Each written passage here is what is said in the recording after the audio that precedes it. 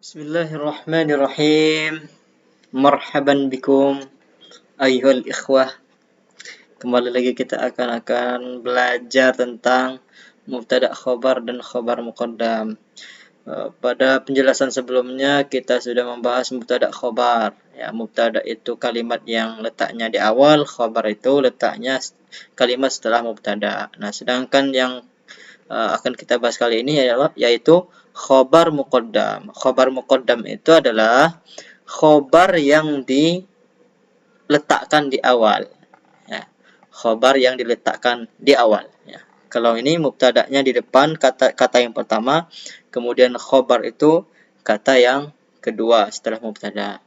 Nah, kalau khobar muqaddam itu khobarnya ini diletakkan di awal. Itu yang dimaksud dengan khobar muqaddam. Kemudian sebelum kita melanjutkan ke contoh, khobar muqaddam biasanya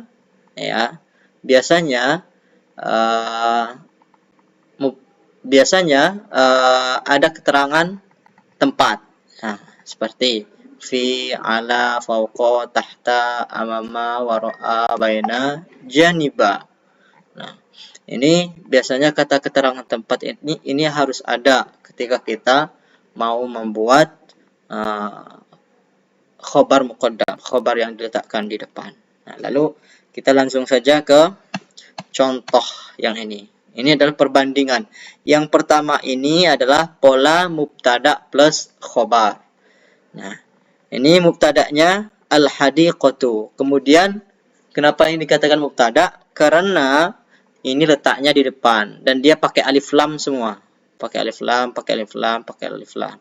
Al-hadiqatu, al-wisadatu, as-sayyaratu. Ini letaknya di depan. Kalau kalimat pertama yang letaknya di depan ini namanya mubtada, ya. Kemudian khobarnya make kata letak. Contoh waro'a, ala, amama. Nah, waro al-baiti di belakang rumah. Ala sariri di atas ranjang. Amamad darrojati di depan sepeda. Nah, kata letak ini harus tahu dulu, harus hafal dulu sebelum membuat pola yang kedua. Nah, ini adalah pola mubtada plus khobar. Mubtada lalu khobarnya dari waro al-baiti, ala sariri, amamad darrojati.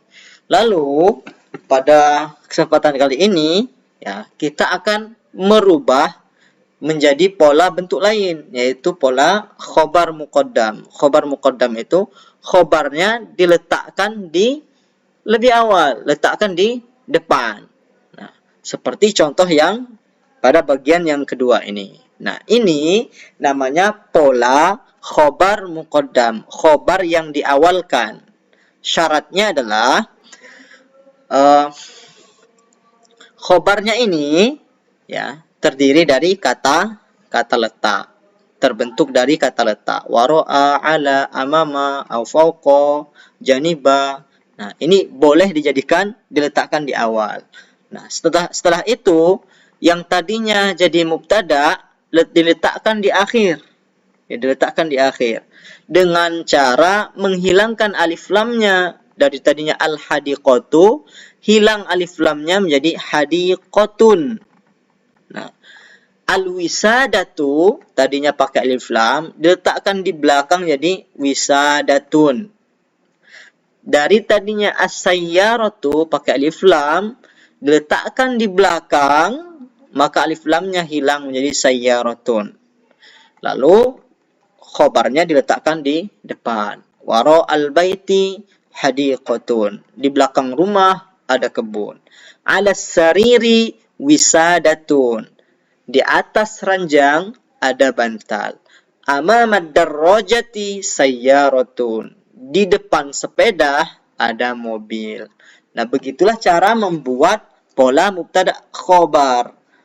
Lalu dijadikan khobarnya di depan atau namanya khobar muqaddam. Nah, mungkin itu yang kita bahas pada pembahasan kali ini. Terima kasih banyak. Semoga bermanfaat. Syukran lakum.